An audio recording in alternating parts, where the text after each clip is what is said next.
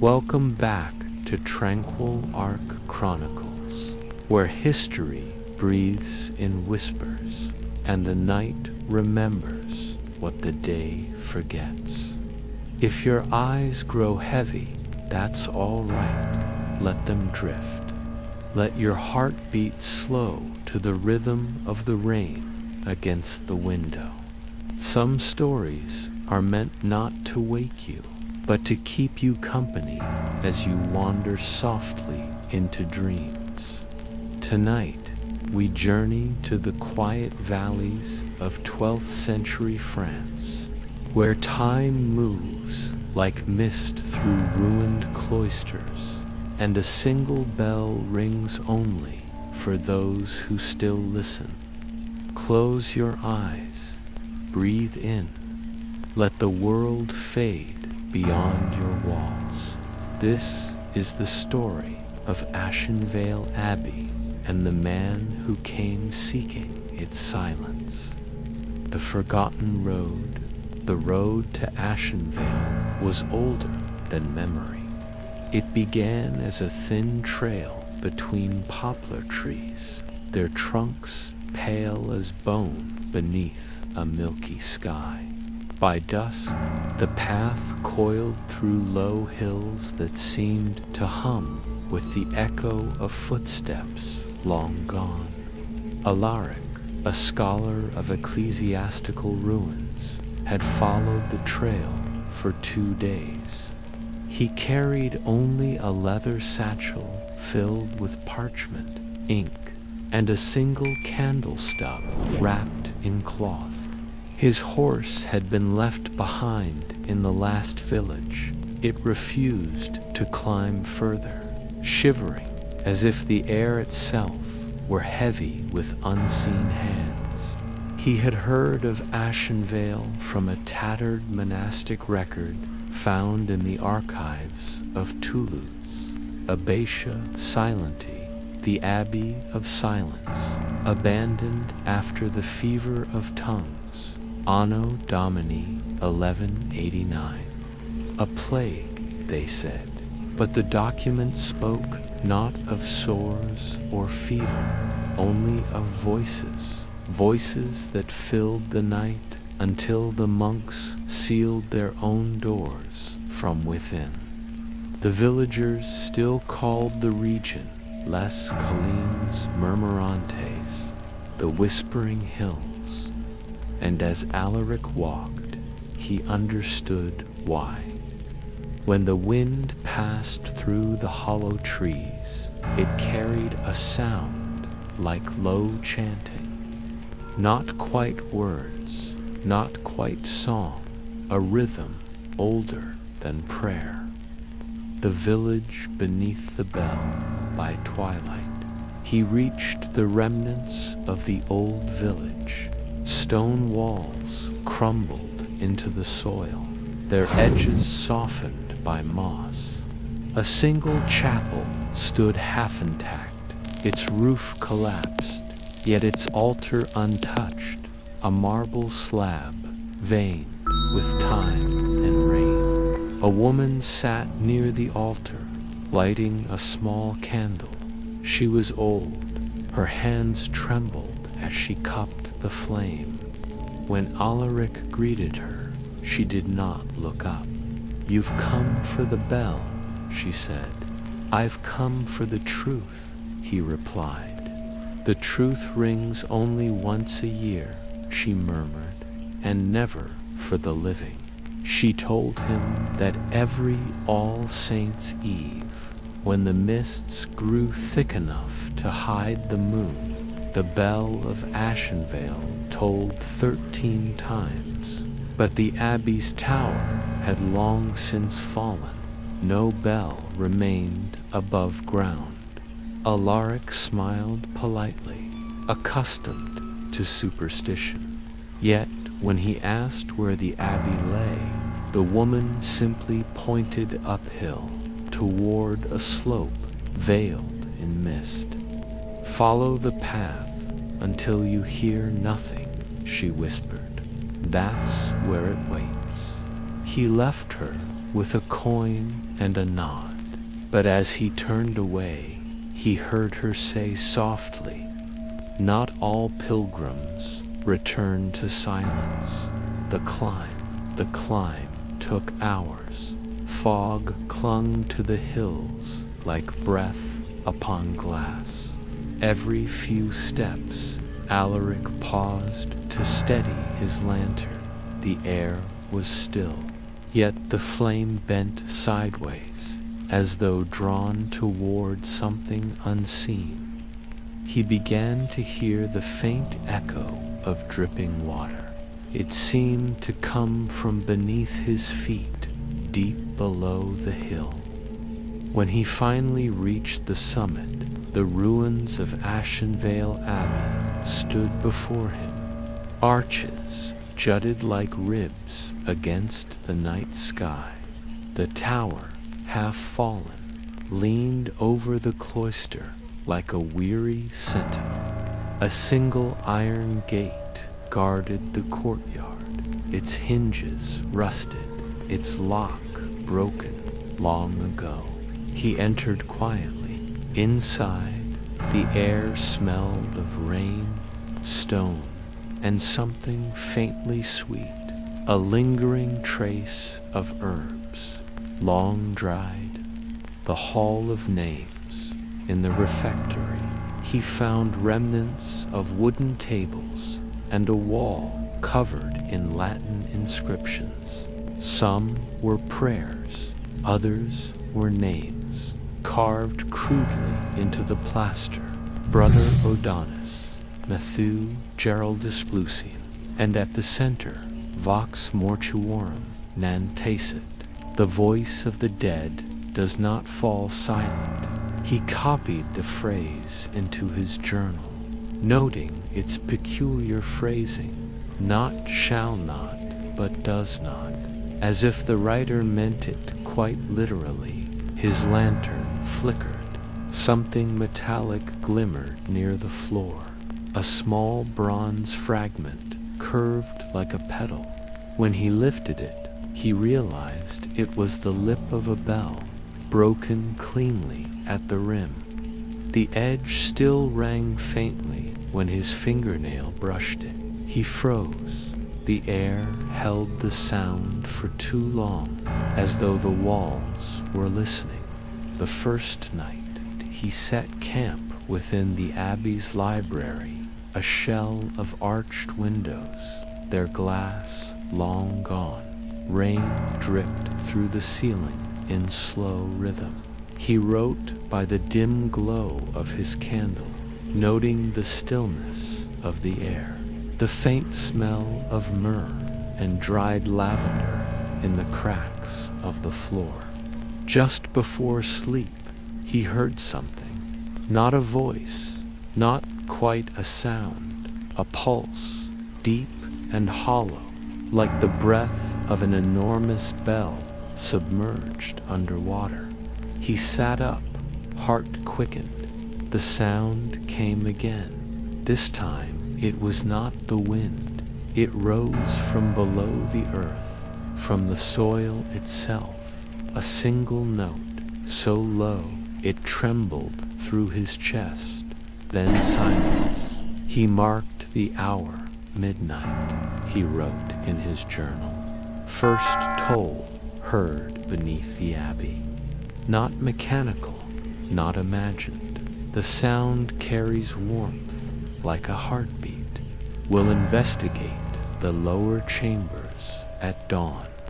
When he finally lay back, the candle nearly spent, he thought he heard another sound, a whisper, like many voices breathing together. He told himself it was wind through the crypts. But as sleep took him, a final echo brushed his ear, a whisper shaped like words. Alaric. The morning after the morning came gray and still. No birds sang, and the mist had thickened into a low fog that blurred the horizon. Alaric walked the outer courtyard, tracing the bell tower's fallen stones. He found a stairwell leading downward, half buried, sealed by mud and roots. Kneeling, he brushed away the soil until the first step showed beneath. He smiled faintly, heart rising with the thrill of discovery. Whatever lay below had not been seen for centuries. He decided to wait until evening to descend, to rest and gather light before entering the dark. For now he sat upon the cold stone and opened his notebook. His entry ended with a line that would one day be found, centuries later, still legible in faded ink. The silence of Ashenvale is not empty, it listens. A day of stillness, the morning after his first night in Ashenvale, Alaric felt the strange calm of one who has slept among ghosts. He woke to a silence that seemed almost kind, as if the abbey itself held its breath so he might rest. Mist drifted across the cloister arches. Dew had gathered on the stone like tears frozen mid-fall.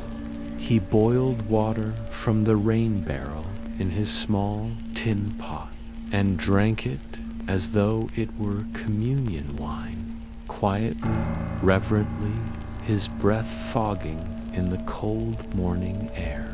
The notes from the night before sat open on his lap.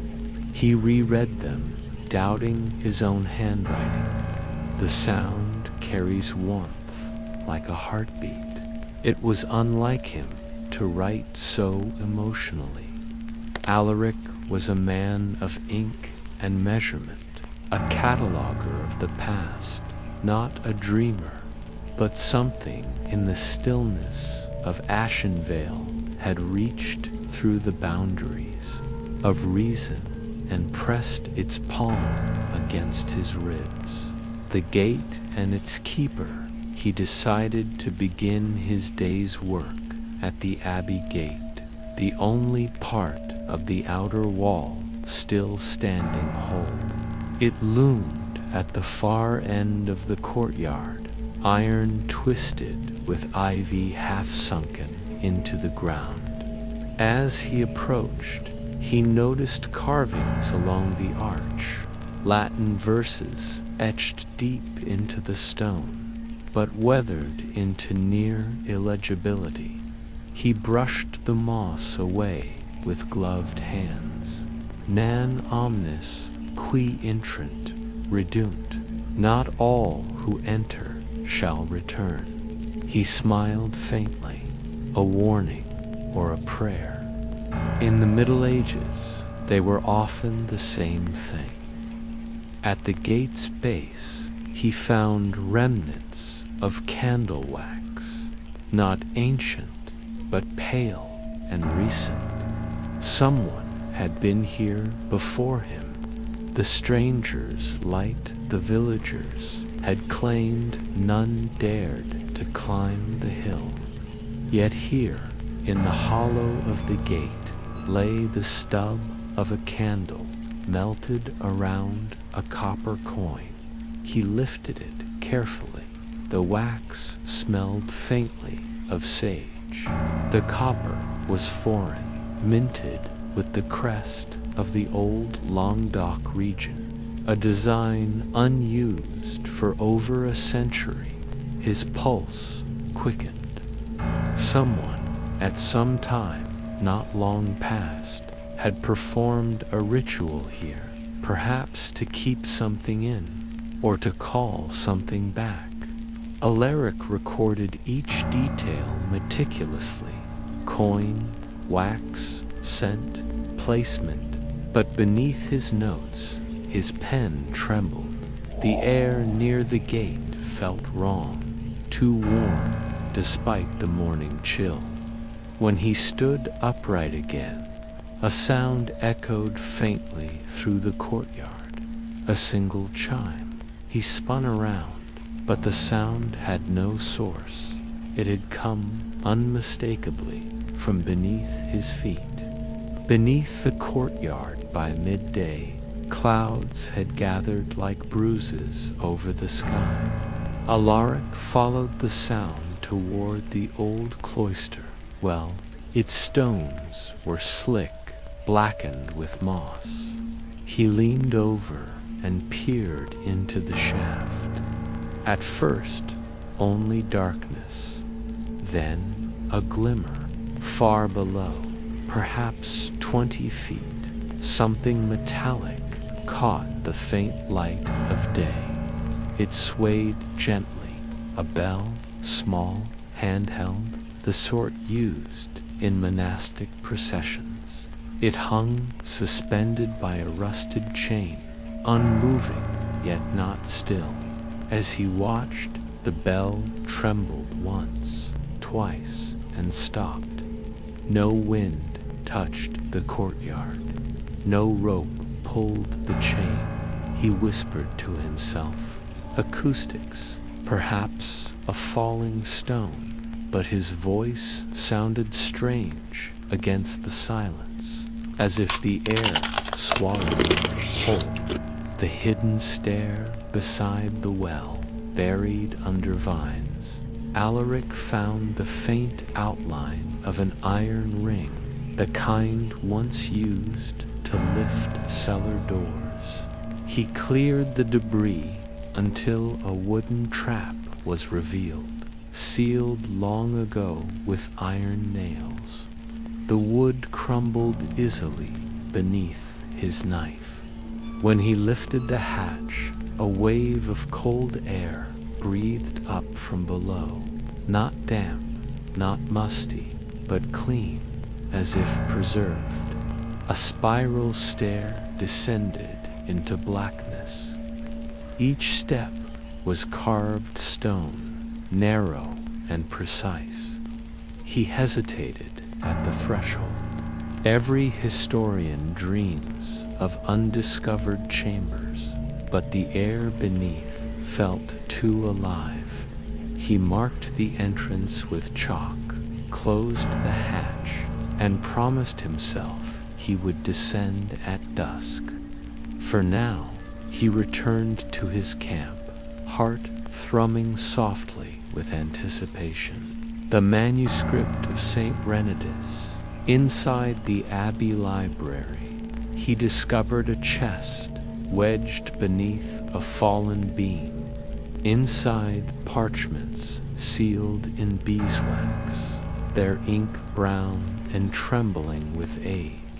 The cover bore a single name, Renardus. He recognized it immediately, Saint Renardus of Arles, a mystic monk whose writings were believed lost during the plague years. The text was in Latin, but legible. It spoke of a bell forged, not from metal, but from the vow of silence itself. Each toll, the saint wrote, was a prayer offered by those who wished never to speak again, a melody of souls trapped between devotion and despair. Alaric's breath caught. The abbey, he realized, might not have fallen to illness at all. It had drowned in sound. He copied the passage carefully. When he looked up, dusk had begun to creep through the ruined windows. The second toll, he returned to the courtyard as the sun bled into the horizon. The sky turned from gold to pewter, the mist rising again like pale smoke. He stood before the gate, his lantern trembling slightly in his grip. The moment the last light vanished, the sound came again, a bell, deeper now, closer. He turned toward the abbey tower, but the sound was not above. It was beneath, rolling through the stone like distant thunder. The iron gate shuddered softly, a vibration, subtle yet alive. And then, from the arch itself, a whisper, Vox mortuorum nan tacet, the same phrase carved on the refectory wall. Only this time, the voice spoke it aloud. Alaric's lantern flickered once and went out. The night and the gate, darkness, took him gently, like a shroud.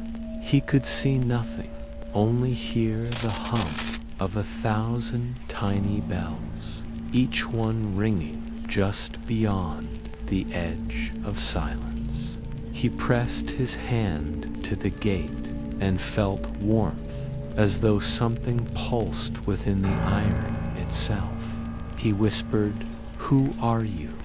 The reply came not as words, but as a vibration, a heartbeat inside the metal. Then, slowly, the sound receded, melting back into the earth. The air grew still. He relit his lantern with trembling fingers. The gate stood motionless. Only a faint scent of myrrh lingered in the air. He stepped back, breathing heavily, and made his way to his makeshift bed inside the library. When he closed his eyes, he could still hear the bell ringing faintly, not in the distance, but within his own breath. The Bell of Ashenvale, Chapter 3, The Silent Choir. The morning of quiet voices dawn arrived without birdsong. Light filtered through mist, pale as parchment.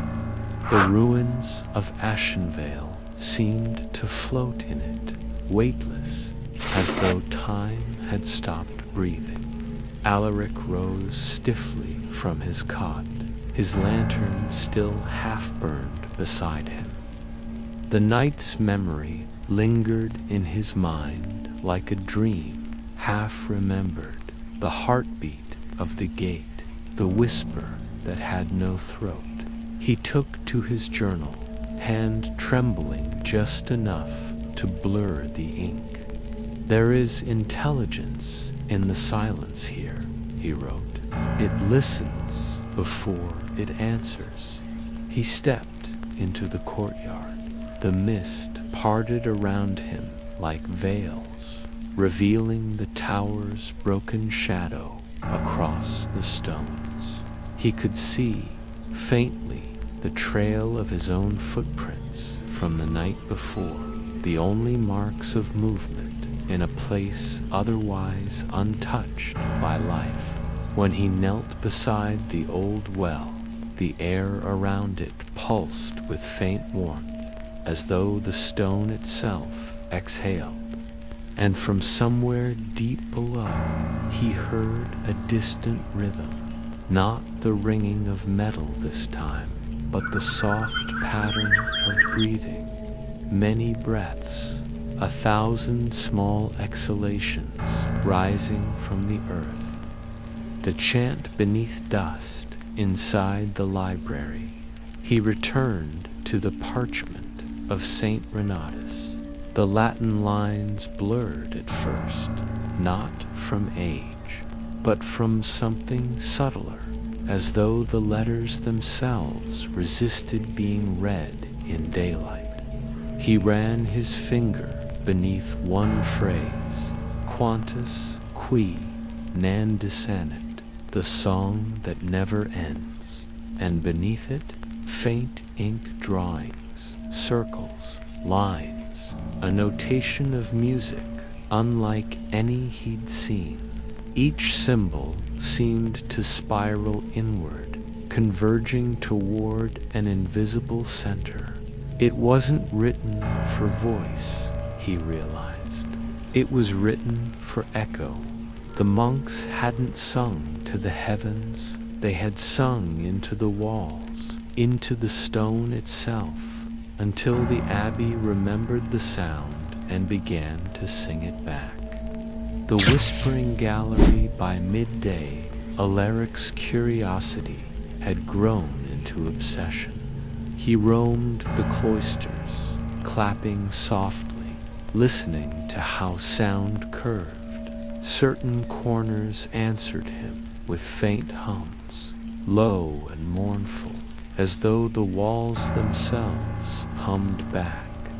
He followed one tone, a half-note suspended in the air to the transept of the ruined chapel. There, high above the altar, a fresco still clung to the plaster. It showed 12 monks standing in a circle, mouths open in song, but their eyes were hollow black. Each figure had a copper bell at his throat, not hung, but grown into the flesh, part of them. Below the painting, an inscription read, Ut vox nostra fiat aeterna, that our voice may become eternal. Alaric touched the cracked wall. It felt faintly warm, pulsing with rhythm. Part 4, the song without breath. When dusk settled, he sat near the altar with his notes spread around him. The silence was to complete, a silence so deep it made his own heartbeat loud. And then, from the darkness beyond the archways, came sound, faint, measured, like a choir warming its breath before Mass. It wasn't singing, exactly, more the vibration of air through hollow throats, a hum carried by those long gone. He closed his eyes, and the sound seemed to grow nearer. There were patterns to it, rising, falling, layered. He began to map them in his notebook as if they were waves. Every rise matched the rhythm of his own pulse. It isn't heard, he murmured. It's felt. He realized with quiet dread that the monks had discovered not a chant, but a resonance, a way to bind their souls to the very stones. Each vibration a life, each echo a prayer without end. The hidden choir stalls. Night returned before he noticed. The air grew heavy, tasting faintly of lavender and myrrh. Lantern in hand, Alaric followed the sound down a narrow corridor behind the altar, a passage blocked by a fallen beam. He cleared the debris with careful precision, the dust rising like incense around him. Beyond the rubble lay a small chamber, 12 wooden stalls, carved with ornate crosses. They faced inward, toward a central stone basin, and seated within each stall were figures in robes the color of ash. He froze. The robes were intact. The bones inside them still posed as if in prayer. Each skull bowed forward, and from each mouth protruded the rusted curve of a tiny copper bell. The air was utterly still, but one bell trembled just barely, as though stirred by breath unseen. He whispered, "Saints, preserve me," and for a moment he thought they did, until the bell rang once, soft as a sigh. All 12 heads lifted slightly. The liturgy awakened. The sound that followed was not loud. It was gentle, almost tender, a hum that filled the narrow chamber, spreading through the air like ripples on water. The robes fluttered without wind. The bells chimed again, each at a different pitch, forming a chord that pulsed in his chest. He stumbled backward, but the stair behind him felt endless, every step repeating, leading nowhere. The resonance swallowed space. He clutched his journal, shouting to drown the sound, but his own voice vanished, absorbed. It was as if the air itself refused to carry his words. Then, abruptly, the hum ceased. He found himself alone. The figures bowed once more, unmoving, their bells still. The basin in the center of the chamber shimmered faintly, filled not with water, but with fine ash. He reached toward it, and a faint ring vibrated through his fingertips. The ash quivered like disturbed dust in sunlight. He realized, trembling, that it was singing. The record, back in the library. Hours later, he wrote furiously by lantern light. His words slanted across the page, uneven, desperate. The monks remain in their places. Their song continues, even when unbidden. I believe the resonance is sustained by the copper bells. I heard harmonics that matched the human heartbeat. They are alive in the echo. The lantern hissed softly. Beyond the broken windows, rain began to fall, thin threads of sound weaving through the night. Each drop struck the stones with a rhythm that slowly aligned itself to the same cadence as the humming below. It was as though the weather itself had joined the choir. He pressed his palms against his ears, but the sound was not outside him anymore.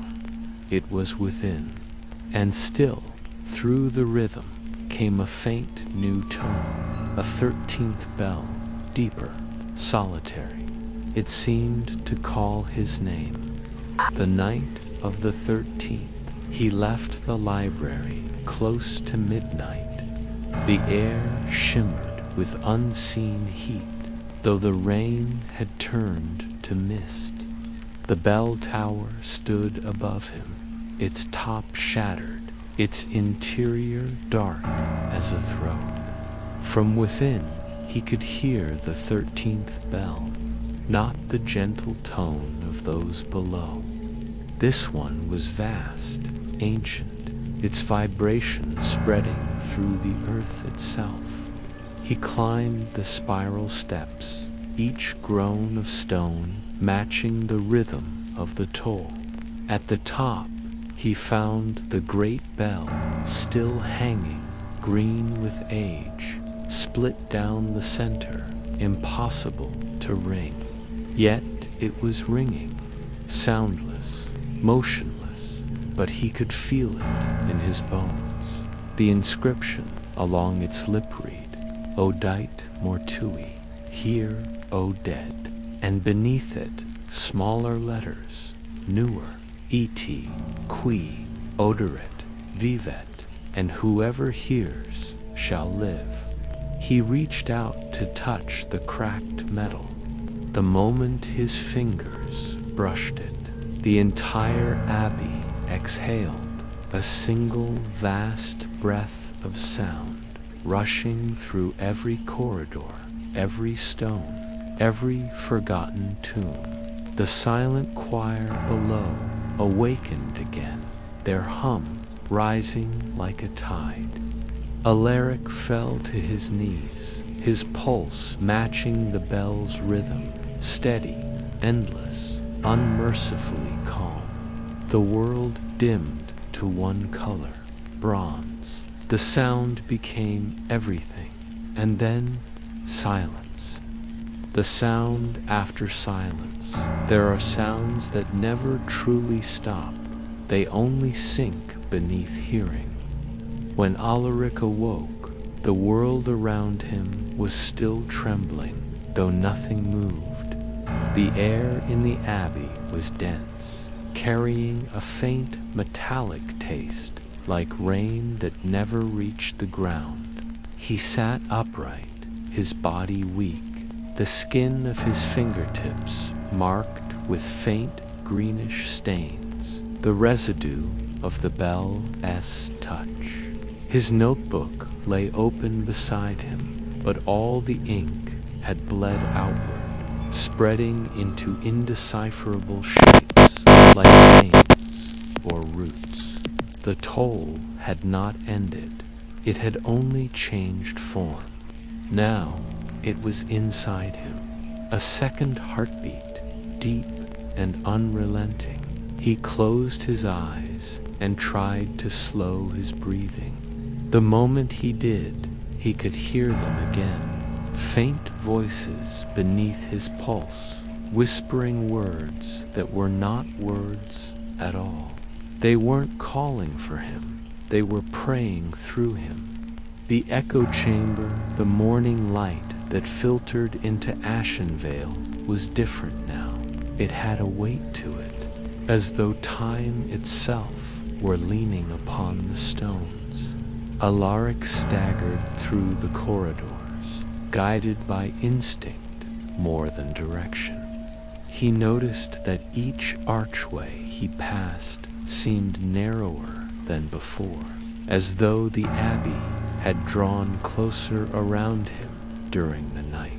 The walls hummed with a sound he could no longer describe as mere resonance. It was closer to breathing. He descended toward the crypt again, lantern trembling in his hand.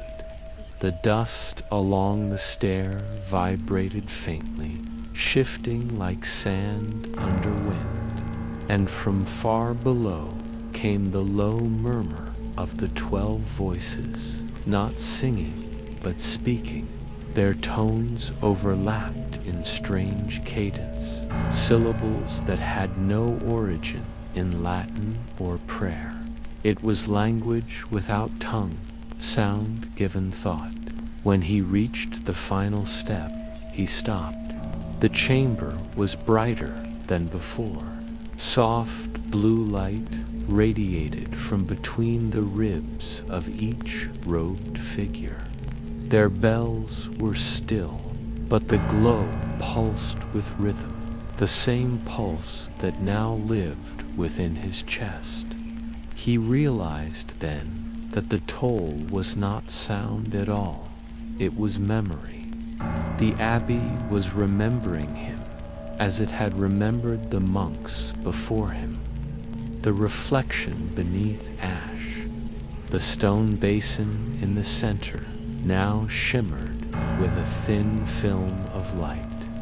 When he leaned closer, it reflected not his face, but the chapel as it had once been intact, golden, alive with candlelight. He saw monks moving, their faces serene, their lips parted in chant. The air trembled with their devotion. But then, one by one, their heads tilted, eyes rolling upward. The chant warped voices turning hollow, notes stretching too long, as if pulled by invisible strings. The reflection darkened. Behind them, shadow bloomed like ink in water. He could see the figure of a man in darker robes, face obscured, hands bleeding into smoke. In his grasp, a staff topped with a small copper bell. With each movement, the monks' mouths opened wider until their throats tore and their final exhalations became sound. Alaric pulled back, gasping. The reflection rippled and stilled. The basin was once again full of ash. The bellkeeper, he turned sharply. Someone stood at the edge of the chamber. A man, tall, draped in the remnants of an abbot's robes, head hooded, hands clasped in front of him. Around his neck hung a chain of copper bells. each one blackened with time. The voice that came from him was deep, soft, yet vibrating with a tone that wasn't human. You heard the 13th. Alaric swallowed, unable to speak. The figure tilted its head. Few ever do. It chooses its listeners. He stepped closer. The air around him shimmered, distorting slightly. The toll binds the living to the lost. The Abbey remembers all who enter, but you have answered. That is dangerous. Alaric found his voice, raw and low. What is it you want from me? The figure paused. The bells around his neck swayed, though no wind stirred. We want nothing. The Abbey hungers. It remembers voices, not faces. You carry its echo now. You will hum even when your breath ends. The monk's shadow lengthened across the floor, and for a heartbeat, Alaric saw that it was indeed a shadow at all. It was a pool of liquid copper, spreading outward, seeking his feet. He stepped back, heart hammering, and the light from his lantern flared violently. The figure vanished. Only the faint clatter of bells remained, rolling across the stones. The writing on the walls, he fled upward, through the nave, the echoes chasing him.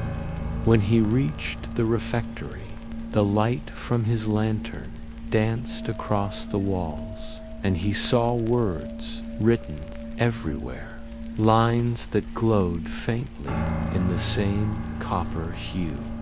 They weren't carved or painted. They had risen through the stone itself. He traced one trembling line with his finger. We sang so the world would not forget us. Another, just beneath. But the world is still listening. Each phrase pulsed with the rhythm of a bell. The words seemed to breathe, expanding slightly with every heartbeat. He looked down at his own hands. The veins beneath his skin shimmered faintly bronze. The return to the tower, he knew he had to leave. Every instinct told him that to remain meant to dissolve into that same endless tone. But as he stepped outside, the rain had stopped, and in its absence, the forest surrounding Ashenvale was utterly silent. Even the wind refused to move. The tower loomed above him, its broken crown jagged against a pale sky.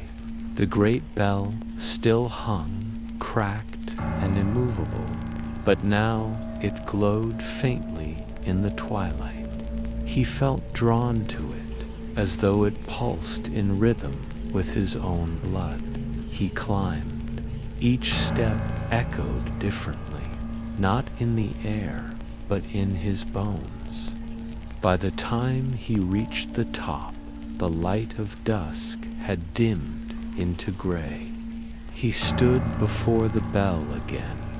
Its surface seemed smoother now, no longer corroded, but burnished, gleaming faintly. Within the crack, faint mist rose, and a voice whispered from it, almost tender, "Join the hymn, Alaric." He stumbled backward, shaking his head, but the mist followed him, swirling around his hands. He could see faint faces in it. The bell moved, just slightly, just enough for its tone to tremble through the air. And below, from the depths of the abbey, came the answering chorus, the 12 bells ringing together, soft, mournful, perfect. The toll, the sound, built gradually, like the tide rising beneath a full moon. He could feel it inside his skull, behind his eyes. It wasn't pain, it was surrender. The air thickened until it shimmered with light. The tower stones glowed faintly. Each ring of the bell sent ripples across the surface of reality, and through the haze, Alaric saw not ruin, but restoration. The abbey was whole again. Candles burned in windows, hymns floated through open doors, and the monks moved gracefully through the corridors, faces peaceful, robes pristine. They turned toward him, smiling, their mouths opened. From within each, the sound of the bell poured out, pure, radiant, endless. He looked down at his own reflection in the bronze surface. His eyes glowed faintly, and within his throat, something began to shift, a faint pressure rising, like a voice trying to escape. He tried to speak, but what came out was not a word. It was a note. The same note the 13th bell had rung since the first moment he entered Ashenvale, and as he exhaled it, the abbey sighed in relief, its endless song renewed. The sleeper's hymn, the voice within stone, the note would not stop. Even when Alaric no longer breathed, it breathed for him. It trembled inside his ribs, sliding up the spine until the world itself seemed to hum in sympathy. He staggered from the tower. Outside, the sky hung low and colorless, as though the clouds had forgotten their shapes. Every tree bent slightly toward the abbey, listening. The courtyard was flooded with a soundless vibration. He could feel it through the soles of his boots, rising from the soil like heat. The stones beneath his feet shivered with memory. He knelt, pressed his palm flat to the ground, and there within the cold earth he heard the whisper of countless voices. They were not trapped, they were resting, dreaming together in one vast, unending breath. He whispered, "Who dreams?" and the ground answered softly, "We do." The manuscript of ash in the library, the parchments had changed again. The shelves now stood whole, unbroken. Candles burned without wax. The air smelled faintly of herbs, wormwood, lavender, and time itself. On the central desk lay a new book. It hadn't been there before. Its cover was bound in dark hide, stamped with a single copper sigil, a bell within a circle. When he opened it, he found his own handwriting, hundreds of pages of notes, sketches, the record of everything he had seen. But the final pages were not his. They were written in a different hand, neat, monastic, centuries old. The toll awakens the dreamer. The dreamer sustains the toll. When flesh forgets breath, the song continues. And beneath those lines, a name, Alaricus Renatus. His breath caught. Renatus, the same name as the saint whose hymn he'd studied. The same script, the same hand. He turned the page and found a drawing. A man kneeling before the 13th bell, a glow rising from his chest. The caption read, the keeper reborn. The ink was still wet. The choir returns. Footsteps echoed down the hall, soft, bare, measured. He turned and saw them 12 figures gliding from the shadows, robes pale as mist. They moved in perfect rhythm, each step a heartbeat apart. The air trembled around them with invisible music. They did not speak, but their bells whispered faintly with every motion. He felt their gaze without seeing their eyes, faces hidden, heads bowed. One of them lifted a thin hand and pointed toward the nave. Without understanding why, he followed. The abbey had rebuilt itself in silence. Pews stood straight, candles burned in endless rows. The altar gleamed, and from above the great window, daylight streamed like liquid gold, catching motes of dust that drifted like falling stars. The 12 monks took their places in the choir stalls. A 13th stood empty.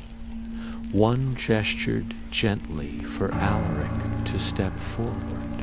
He shook his head, whispering, "I am not one of you." But the bell within his chest rang softly, betraying him.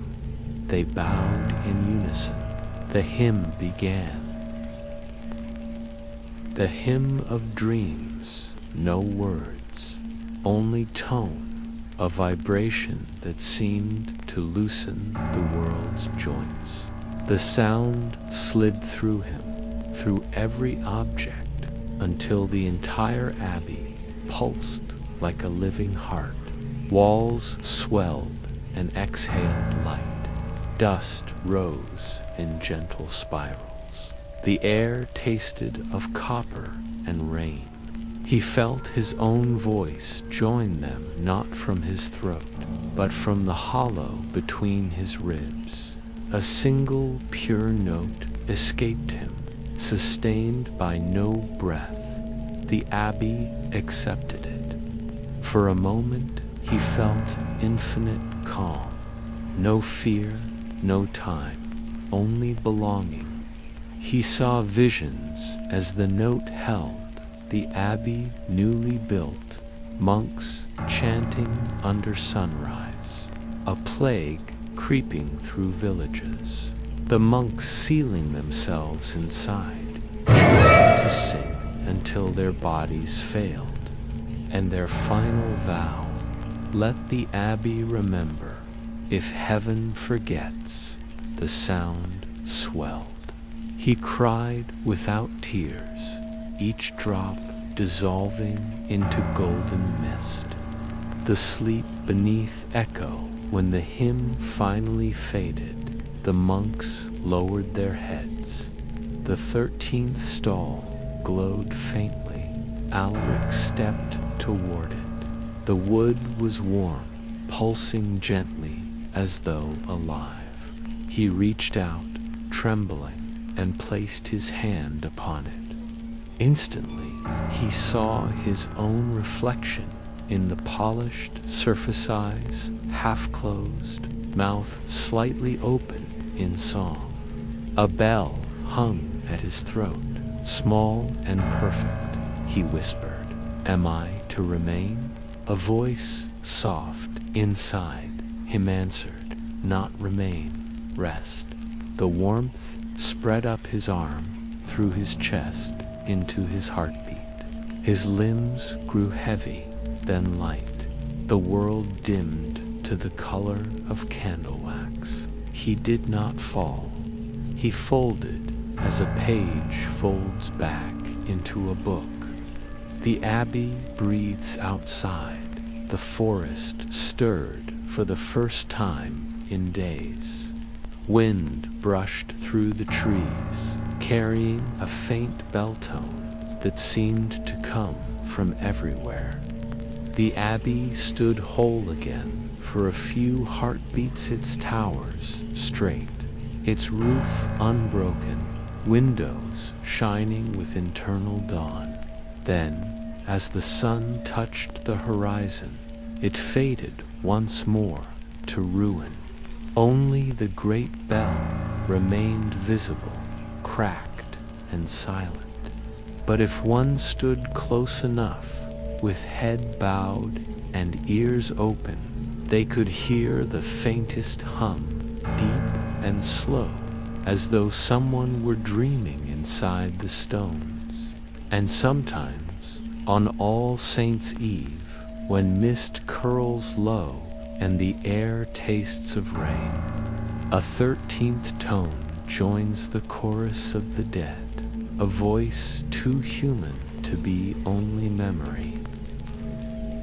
The wake of echoes, the archivist 700 years later, the abbey still stood, or rather, what remained of it did, a skeleton of arches, a ribcage of stone. The forest had swallowed its bones long ago, wrapping roots around altars and vines through windowless eyes. But not all was forgotten. Somewhere beneath the leaves and damp earth, the ground still pulsed faintly, a vibration so subtle it could only be felt when the world was utterly still. And it was there that Dr. Élodie Maren came, carrying a single lantern, a field recorder, and the restless curiosity of those who dream too often of the dead. She was an archivist, not a believer. Her work was sound, specifically resonance. She studied how old structures stored frequencies, how memory could live inside walls. But Ashenvale was different. For 3 months, her sensors had detected faint subharmonics rising from beneath the soil, tones too ordered to be geological, too deliberate to be nature. She came not to pray, but to listen. The static below. Her boots sank into soft moss as she crossed what had once been the nave. The tower still stood, leaning slightly, its crack now a gash wide enough to let the mist through. Élodie unpacked her microphone and set it at the center of the courtyard. Static whispered through her headset, the same white hiss that filled every ruin she'd ever recorded. But then, faintly, beneath it, a pattern, a low, rhythmic pulse. 4 beats, pause, 2. 4, pause, 2. She adjusted the gain. The sound grew stronger, clearer. It wasn't wind. It wasn't echo. It was breathing. She whispered the timestamp into her recorder. Ashenvale Abbey, subharmonic frequency detected, approximately 32 hertz. Pattern consistent with. She stopped. There was a second voice, fainter, hidden inside the static. A man's voice, whispering something in Latin. She replayed the last 10 seconds. The whisper repeated, Audite mortui, here, O dead. The forgotten journal. Élodie found the old library that night, or what was left of it. Collapsed shelves, blackened beams, and fragments of parchment moldered to ash. But near the altar, half buried in soil, something caught her light, a corner of leather, still intact. She knelt, brushing away centuries of dust. A book, water-damaged, brittle but legible. Inside, the script danced between centuries, Latin first, then English, then notes in a sharper, more modern hand. The first few pages were prayers. The last were journal entries. There is intelligence in the silence here. The abbey remembers all who enter. The toll has no voice, yet it calls me by name. Signed Alaric D. Renatus. Her heart skipped. She knew that name. A historian who vanished in 1837 while cataloging monastic ruins in Normandy. His disappearance had become one of academia's quiet mysteries.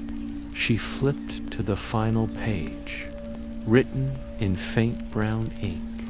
If you are reading this, you have already heard it, the return of the tone she left, her recorder running as she explored deeper. The abbey seemed to shift with every turn, corridors changing, walls curving in ways her flashlight refused to follow. When she returned to the courtyard, the recording light still blinked red. The air had grown colder, thicker. The mist hung heavy, unmoving.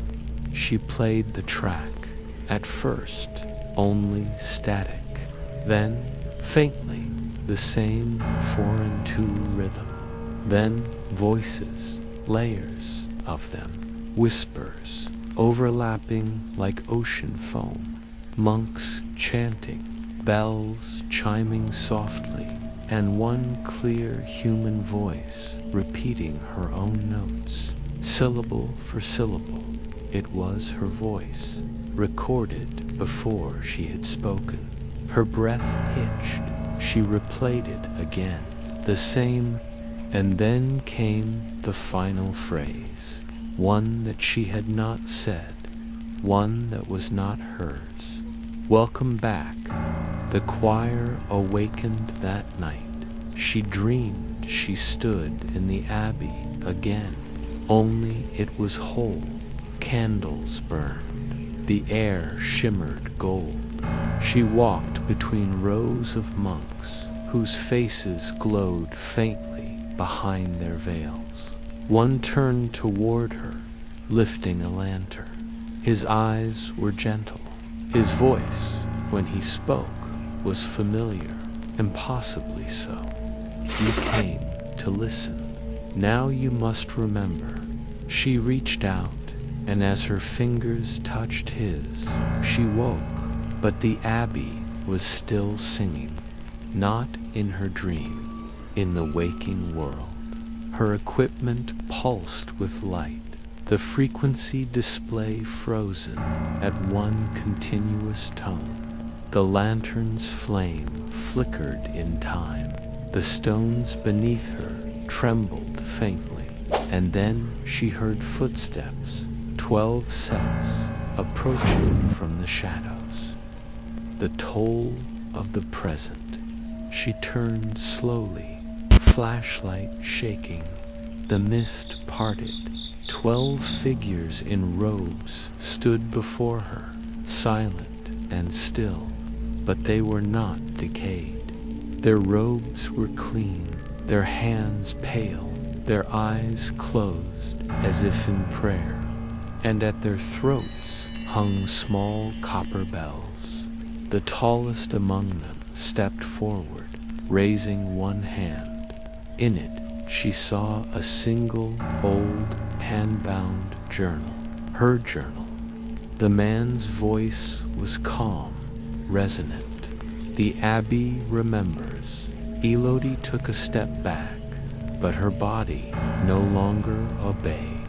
Every sound in the air folded inward, compressing into a single perfect tone, the pitch of her heartbeat.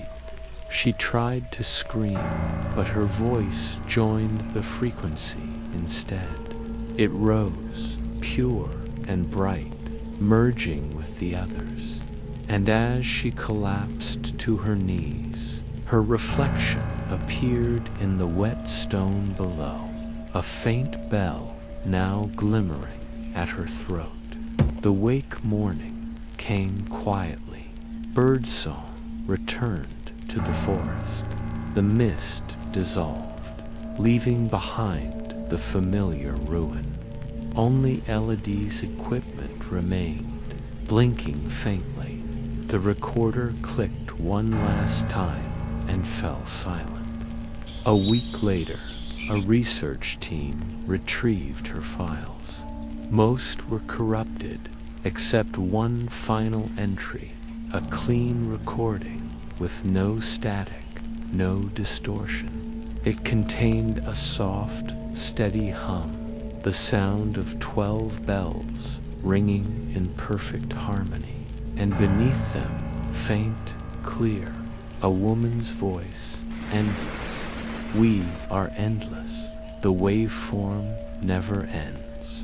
It fades beyond human hearing, but the tone remains eternal, patiently waiting for someone to listen again. The bell that breathes the memory beneath when the abbey sleeps. It does not rest.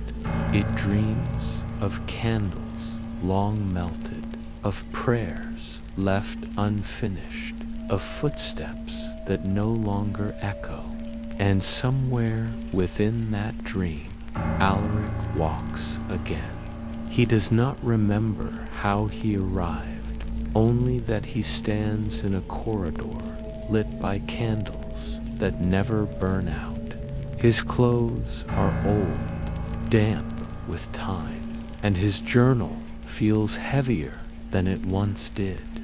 When he opens it, the pages write themselves. I am being remembered, the ink says. Not alive, not dead, remembered. He looks up.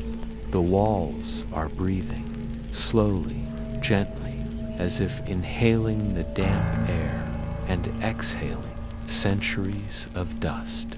Each stone hums softly, the resonance of thousands of whispered prayers trapped within them.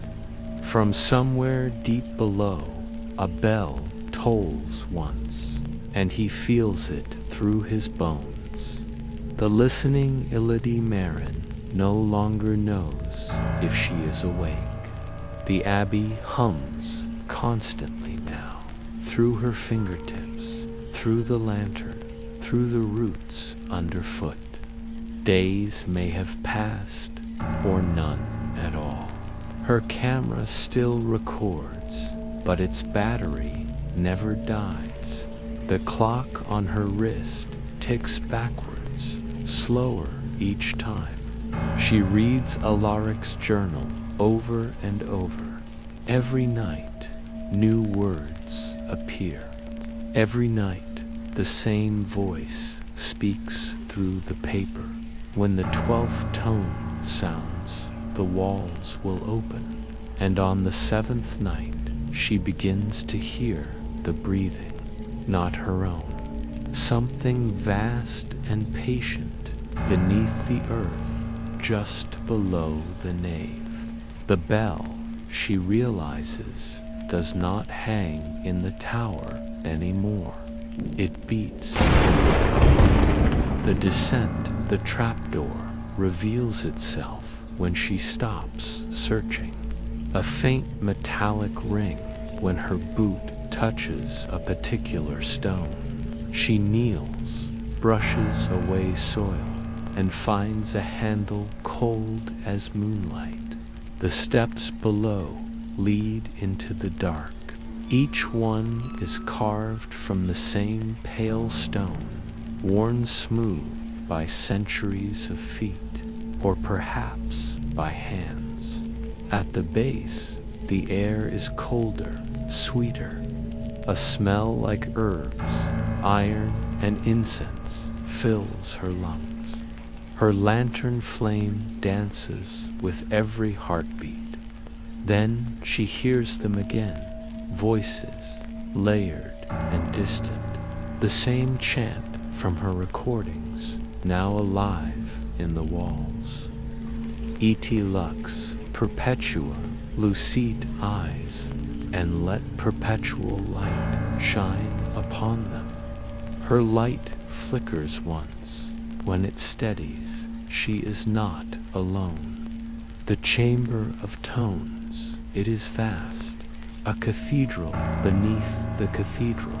Columns rise like ribs to a ceiling she cannot see, and in the center stands a pit, round and black as still water. Around it, 12 alcoves. In each, a monk kneels, unmoving robes, gray with age.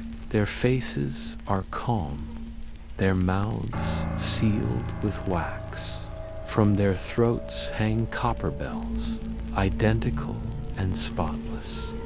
At the center of the pit, suspended by invisible threads, hangs the Bell of Ashenvale. It is enormous, made not of bronze, but of something darker, metal that ripples faintly, as if it's alive. Its surface shifts like breath on glass. Élodie feels the vibration before she hears it, a low, steady hum that seems to sync with her heartbeat. When she exhales, it exhales. When she leans closer, it brightens faintly, as though inhaling her curiosity. Then it whispers, a sound too intimate to be heard, felt directly in her mind. You are the 13th. The recollection time unravels like silk. For a moment, Élodie sees the abbey not as ruin, but alive. The monks chanting, Alaric writing, bells swinging in perfect rhythm. Then the plague, then the silence, then the pact. The monks could not save their bodies, so they saved their voices, each one sealed within a bell, each bell a soul preserved in tone. Together they became the abbey's choir, eternal, never decaying, but harmony requires one more tone, a 13th to awaken the full chord, and the abbey has waited centuries for that voice. Élodie's breath trembles. She steps back, shaking her head. No, she whispers.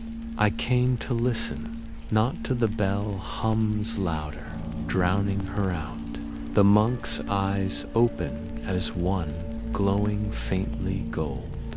Listen, they say, in unison. And remember, the resonance, the air thickens. The lantern flickers once, then bursts silently into ash. In the dark, she feels the vibration through her teeth, her chest, her bones. The bell breathes again. A single tone rises deep, endless, filling the chamber like water, finds every cavity in her body, every hollow of her skull. Her voice joins without her consent, a pure note, trembling but perfect. For the first time, the abbey sings as one. Above them, the earth quivers, the forest grows still. For a moment, even time forgets to move. The awakening, when the tone fades, the silence is unbearable. Élodie collapses to her knees, trembling. The monks stand motionless again, but their robes are empty, drifting like smoke. The great bell now glows faintly. Its surface ripples once more, and this time she sees her reflection in it, but not as she is. Her face is serene, her eyes closed, a small copper bell at her throat. She backs away, but the air solidifies around her. Her heartbeat matches the Abbey's pulse perfectly. She feels something slip from her, a warmth leaving her lungs, her voice, her name. Her recorder lies at her feet. It clicks once. Then her voice, calm and slow, speaks into it. The Abbey is breathing through me. The bell that breathes on the surface. Dawn breaks. A faint tremor runs through the valley. Not an earthquake, just a single pulse, as if the ground itself had exhaled. Villagers miles away claim they heard it. A low, human-like sigh carried on the morning fog. In the ruins, the great bell remains still, yet in its reflection, if one looks long enough, a figure moves. She holds a lantern of light that never fades. Her lips form the same words, over and over. Endless, we are endless. And in the wind above, if one listens carefully, the Abbey hums like a heartbeat that will never stop. The choir without faces, the silence that listens, the Abbey had always been patient.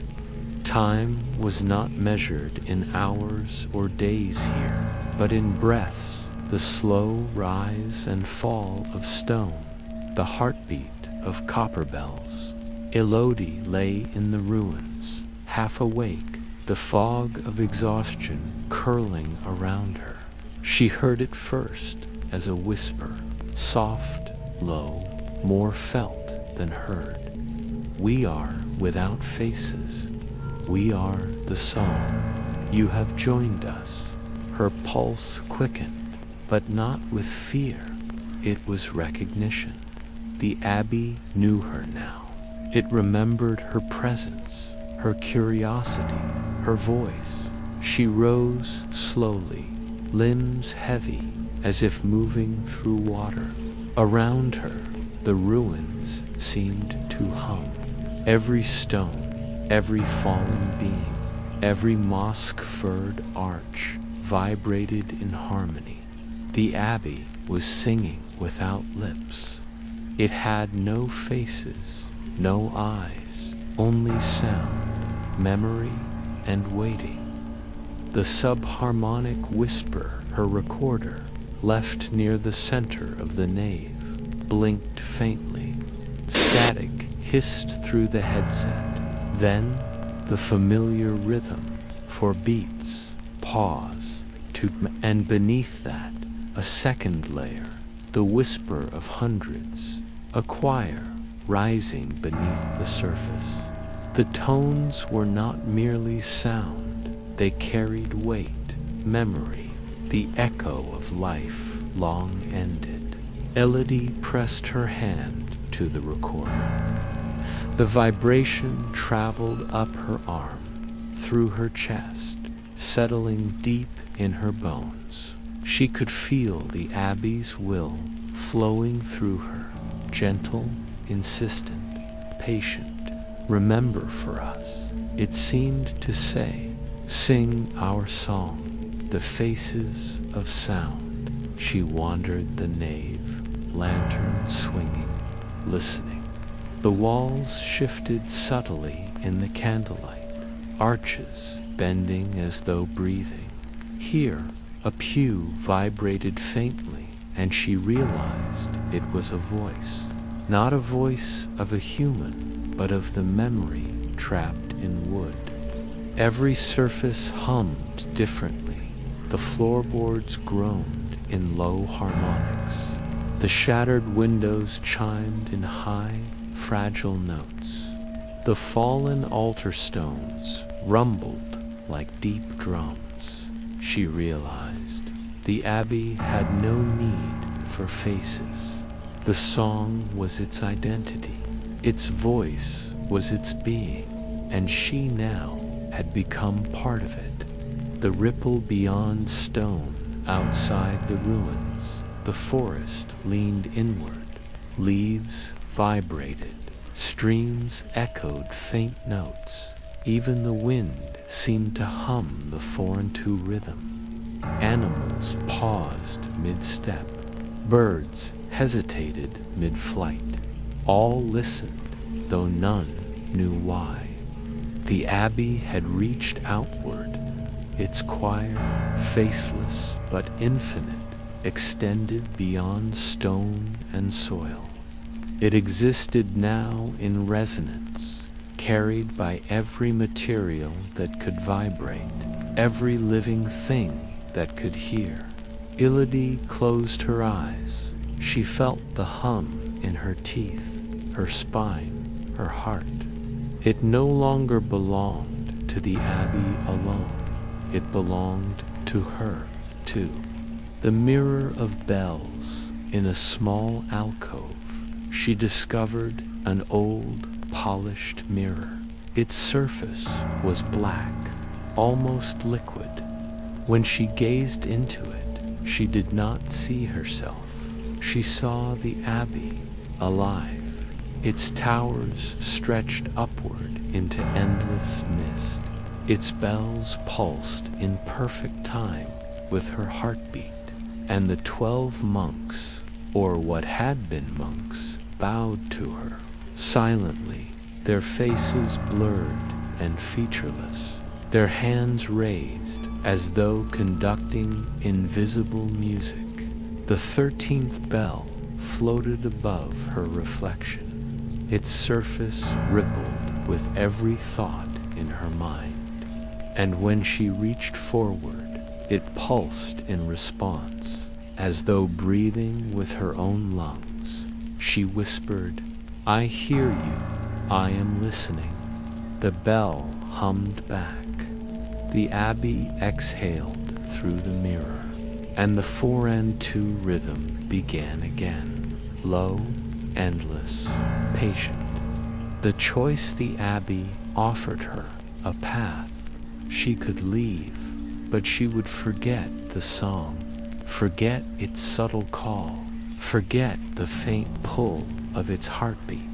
Or she could stay, joining the choir, faceless and eternal, her voice becoming part of the fabric of stone and memory. Her limbs trembled, caught between curiosity and fear. She knelt beside the 13th bell. Her hands hovered just above the surface. The abbey waited. The faceless monks waited. Her pulse synced with the subtle vibration of the ruin, echoing the pattern of 4 beats. Pause, 2.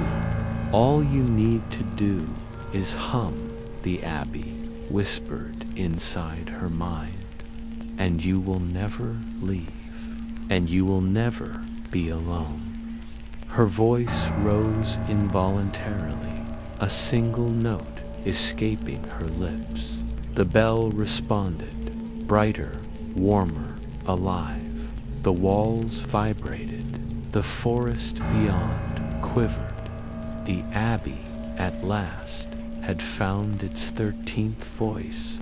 The infinite choir time no longer flowed. The ruins became whole in her vision. Alaric at his desk, Elaric entering the nave. Centuries overlapping, the abbey always alive, always remembering. Every bell in the abbey sang with her, every stone hummed, the faceless choir rose in harmony.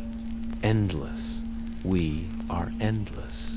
The sound stretched outward, beyond her body, beyond the ruins, into every corner of the forest, into every whispering leaf, every trickling stream.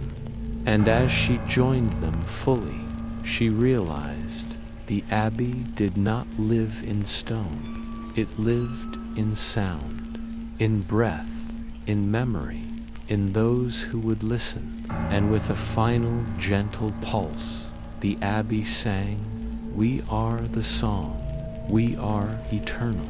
and now you are with us. The toll beyond time, the ripples in the air. Élodie awoke to the forest at dawn. The mist was thin now, the sun piercing pale gold through branches. The ruins appeared ordinary again, the stones gray and broken. Yet, when she touched the earth, she felt it, the faint, insistent vibration beneath her palm. It had changed. No longer a subtle hum, it now carried the memory of her voice, merged with Alaric S and the Faceless Choir S. As she moved through the clearing, she realized that every sound around her responded. A bird took flight, wings flapping in rhythm with the 4/2 beat. The stream whispered, harmonizing with her pulse. Even the wind carried faint copper tones, as if the abbey's breath extended beyond its walls. The world itself had become a resonating chamber. The recording back at her temporary field station, Élodie reviewed the recordings she had made before descending into the crypt. At first, they were normal, static, low-frequency hums, faint echoes. But when played in sequence, something remarkable happened. Voices emerged from the static, not random, not human. Memories of the abbey itself. Alaric writing at his desk, ink scratching softly. The monks moving in rhythm through the corridors. Bells ringing, long past their physical collapse. And beneath them, a new layer she had never recorded. Her own voice, singing unknowingly. Her heartbeat, her breath, her subtle hums became part of the abbey's chorus. The 4/2 rhythm, faint but persistent, now intertwined with modern ambient sound. It listens, she whispered to herself. It carries itself. The first visitors within days. Rumors spread through nearby villages. Travelers reporting faint bells ringing through the morning fog. Forest paths vibrating subtly underfoot. Dreams of old monks and chanting echoing long after waking. No one could explain why. Only those who listened carefully could hear it. A subtle pull at the edge of perception. A 4/2 rhythm, timeless and patient. Élodie began noticing it herself. A low vibration in the room when she edited recordings. In the air around her when she walked outside, faintly through her laptop speakers, even when it was off. It was not just sound. It was memory made physical.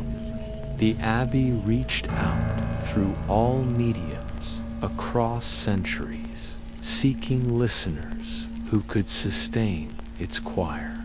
The call across time one evening, as twilight bled through her tent, the recorder clicked on by itself, static. Then a familiar whisper, 4-2-4-2. The voice was layered. Alaric, Élodie, the Faceless monks, a chorus spanning centuries. Her pulse synchronized with it. Her body trembled as if drawn into resonance with the abbey itself. She realized she was no longer merely a witness. She was part of the toll, the living extension of the abbey's voice in the world. Outside, the forest responded. Leaves shook in perfect rhythm. Birds sang muted harmonics. The wind carried copper tones. The abbey was awake, and its choir was no longer confined to ruins. The modern listener news reached Élodie of a composer in Paris who claimed to hear faint bells at dawn, inspiring melodies no human had written. Another report came from a sound engineer in Lyon. Equipment recorded faint subharmonics at abandoned churches. Even online, faint clips of static were being uploaded. Users claimed dreams of monks and singing, though no one knew where they came from. All of them, unknowingly, were joining the abbey's choir. Élodie understood the danger. The abbey did not merely want to be remembered. It wanted to sing through anyone who could hear it, weaving voices across time and space, faceless, endless, eternal. Her heartbeat and voice remained the linchpin, the 13th tone, sustaining the harmony, the toll unbound. She returned to the ruins, lantern in hand. The 13th bell hung silently in the pit below the nave. Yet she could feel it, pulsing, alive, connected to her every breath.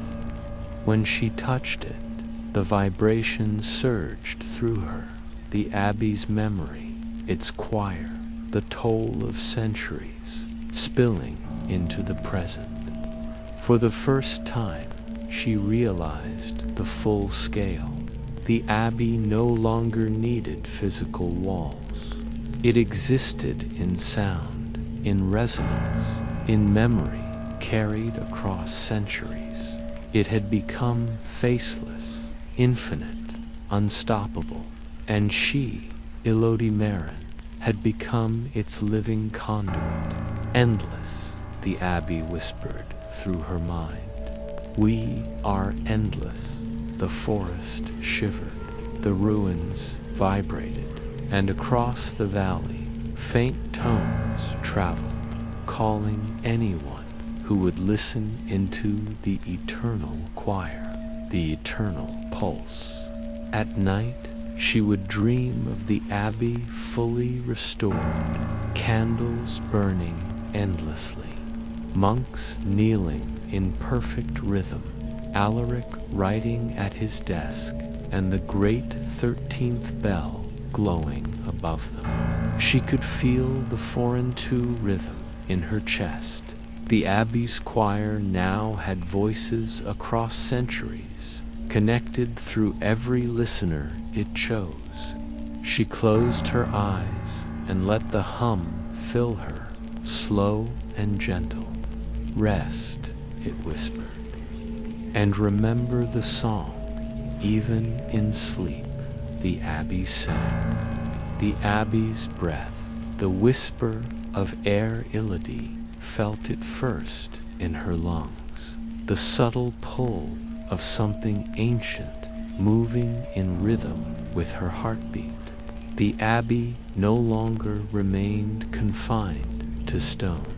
It was in the air she breathed, the mist curling around the ruins, the faint vibrations through every surface. Every inhalation brought a note, every exhalation carried it outward. Even the valley seemed aware. The streams gurgled in harmony. The trees rustled with purpose, and distant birds sang in uneven, uncanny unison. It was no longer sound alone. It was life itself, tuned to the abbey's invisible orchestra. The pulse across the world, she returned to her recorder. The equipment now acted strangely. It captured things not in the room, things from elsewhere, harmonics that seemed centuries old and yet impossibly present. Static would bloom into layers of chanting, bells ringing in perfect sync with her own heartbeat. Occasionally, a voice pierced through hers, a larynx, or the faceless monks, repeating phrases she could not remember speaking. Endless. We are endless. The abbey no longer waited for visitors. It reached outward, seeking ears capable of sustaining its resonance. Even those miles away who heard faint bells or dreamed of chanting monks were now part of the choir. Élodie realized she was no longer the lone observer. She was the conductor of an invisible symphony, its pulse spanning time and space.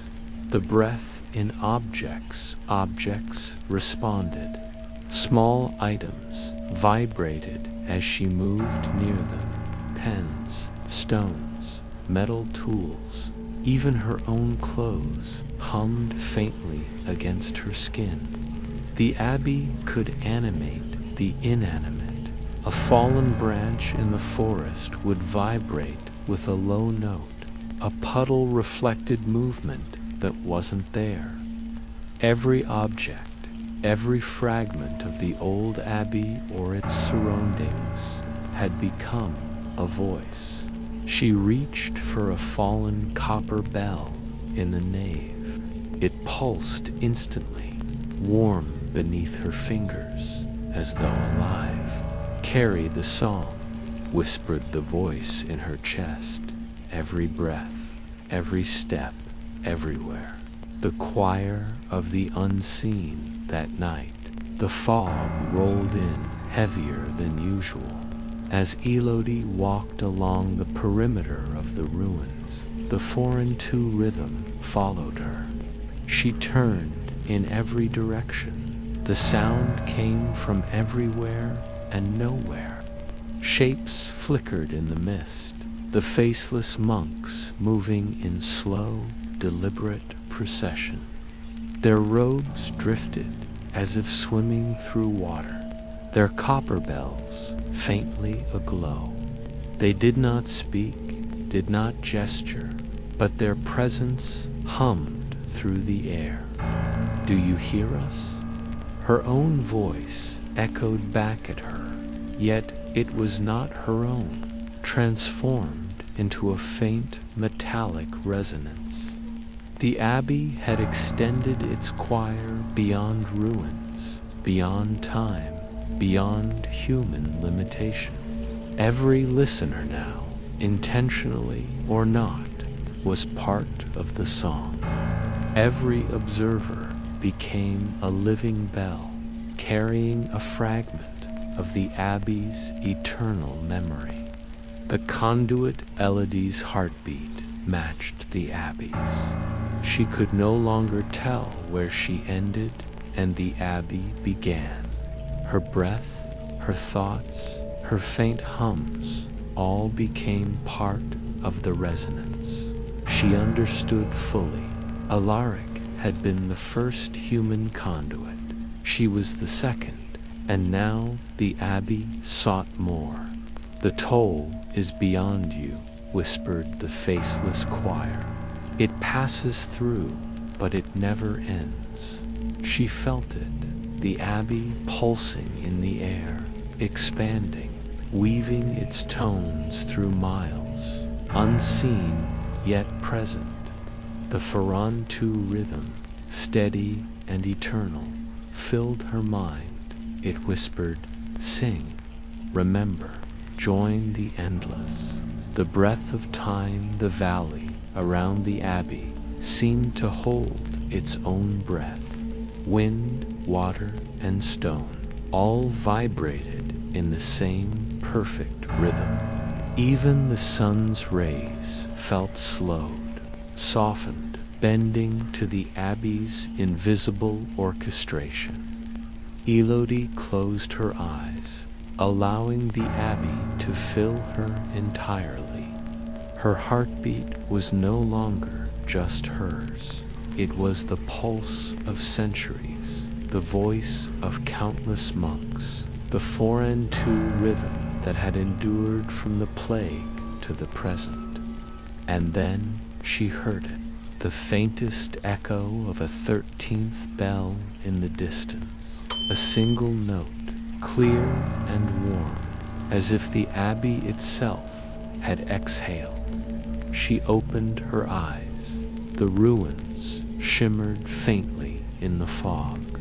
Her lantern burned once more, steady, bright.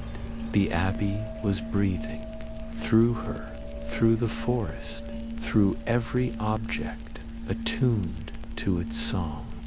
And for the first time, Élodie understood fully, the abbey does not end. The toll does not end. It is infinite.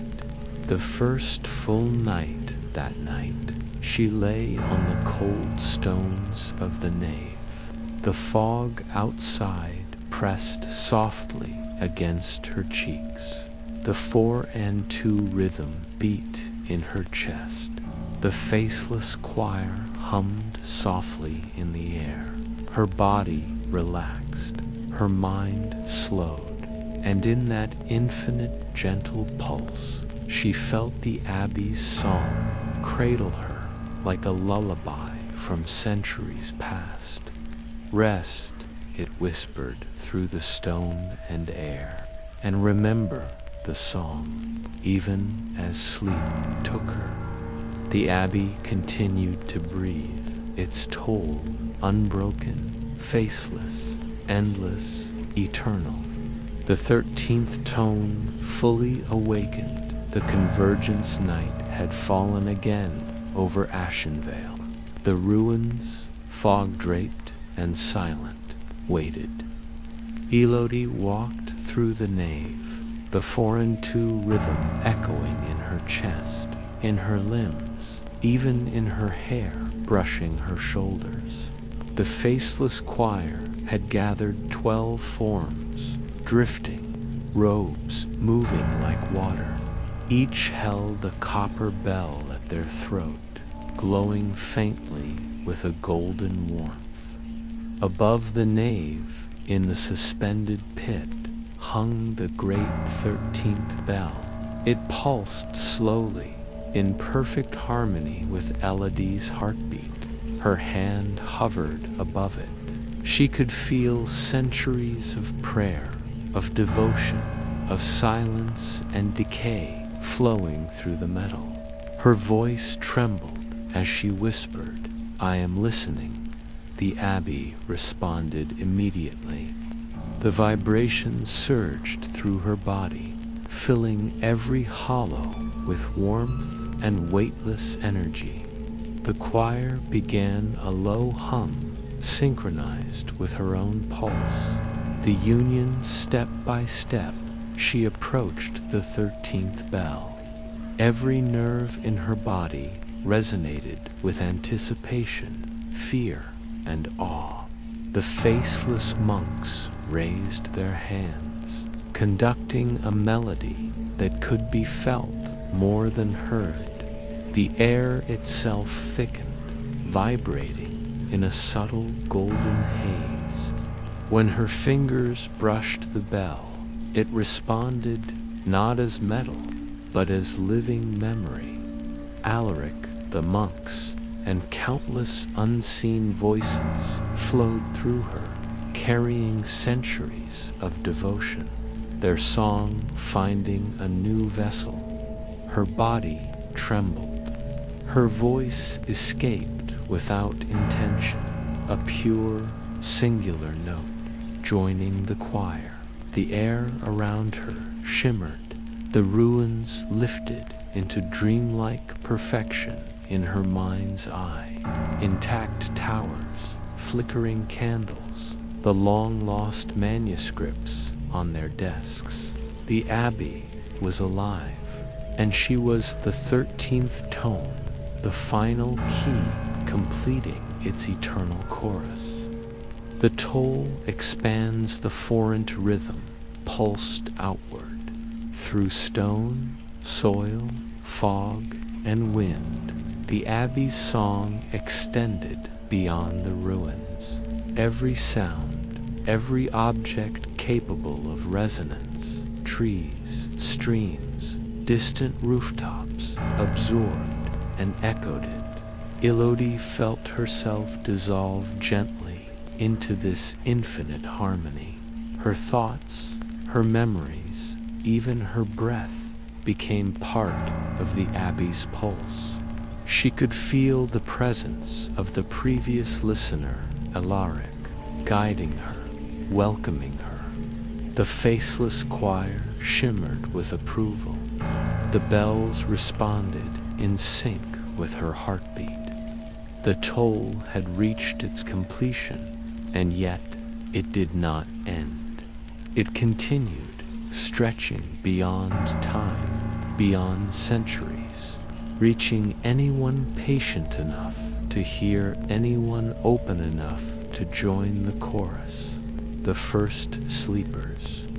In her mind, Élodie saw them, villagers, travelers, composers, sound engineers, all unknowingly attuned to the Abbey's resonance.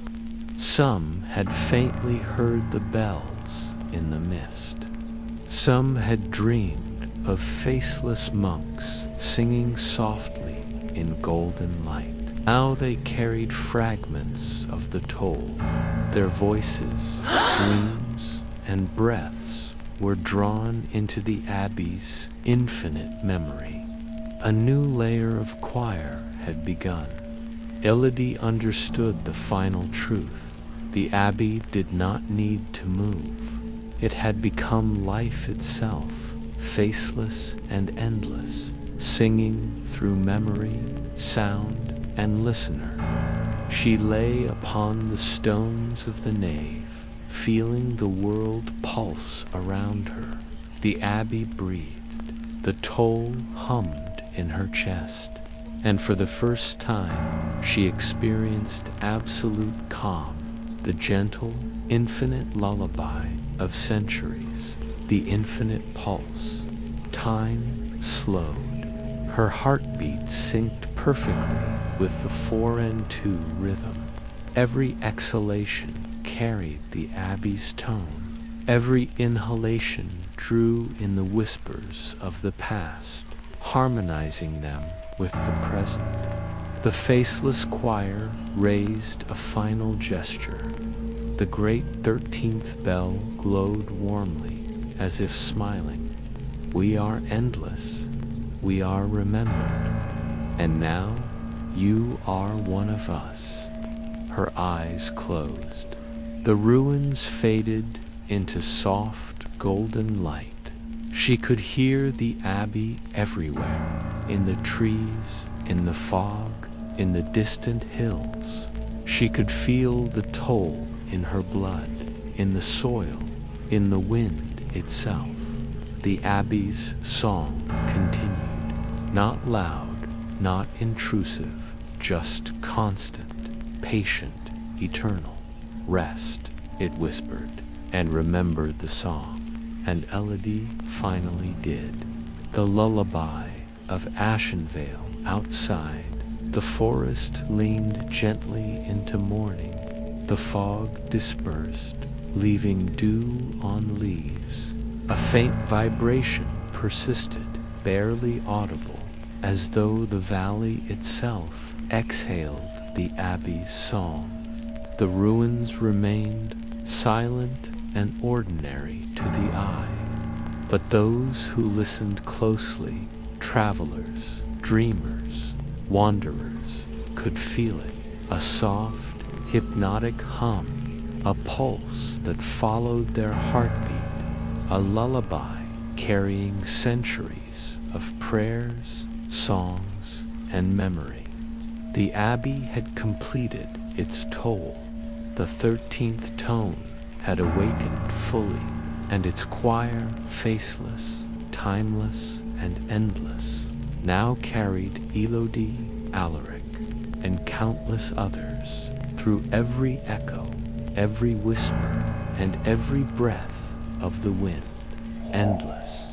We are endless. The last toll. Rest in Ashenvale. The silence that holds the valley lay quiet under dawn's soft light. Mist lingered in the hollows, curling around the ruins of Ashenvale Abbey like a gentle embrace. The forest, still and patient, seemed to breathe in sync with the earth. Within the nave, Élodie sat cross-legged, eyes closed, a faint smile on her lips.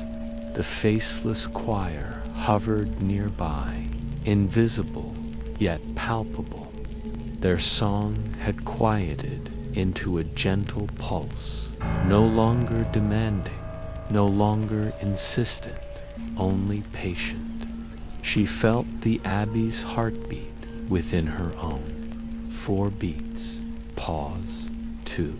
It was calm, endless, safe, rest. The Abbey whispered softly, a lullaby through the fog, the leaves, the stones. We are endless, and you are with us. The gentle toll. Above the nave, the great 13th bell shimmered faintly.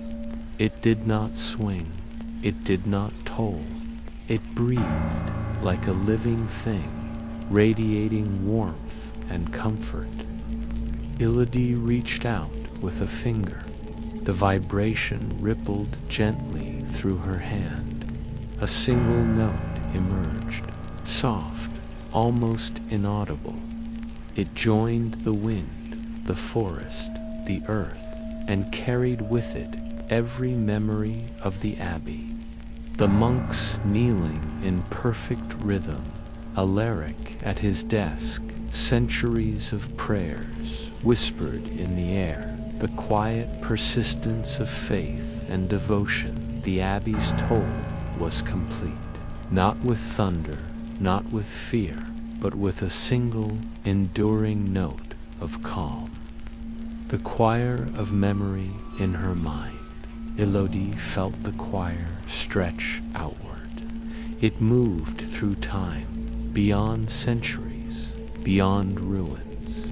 It touched anyone who would hear, travelers in distant valleys, dreamers in faraway towns, those awake and those asleep. The Abbey existed now, not in stone, not in walls, not in bells, but in memory, in sound, in gentle vibration carried on the air. It sang silently, endlessly, for anyone patient enough to listen. Her body relaxed fully. Every heartbeat was a note in the 4-2 rhythm. Every breath was harmony. Every exhale carried calm to the world. She felt safe, cradled by centuries of devotion, enveloped in the Abbey's gentle song. The final lullaby, as the sun rose higher, a soft golden glow filled the ruins. Élodie's eyes fluttered closed. The faceless choir faded into warmth, becoming part of her pulse. The great 13th bell shimmered one last time. Its vibration traveled outward, unseen, unfelt by most, yet always present, a lullaby for the world, soft, slow, infinite. Rest, whispered the Abbey through her voice, through the wind, through every sound that could carry it. Remember the song, remember peace, remember that we are endless. Élodie let herself drift into sleep. The Abbey's toll continued, quiet and gentle, guiding her, the valley, and anyone listening in to calm, endless rest. The ruins remained, but no longer as stone. They existed in sound, in memory, in the soft, eternal pulse of the 4/2 rhythm, and in that infinite lullaby, all was calm for the sleeper, for anyone who listens, for anyone patient enough. The abbey waits softly, faceless, eternal. It does not frighten, it does not demand. It hums, it breathes, it comforts, and the toll, the 4/2 rhythm, will carry you gently into sleep, whispering of endless histories, faceless choirs, and the patient eternal lullaby of Ashenvale. Rest now and remember the song.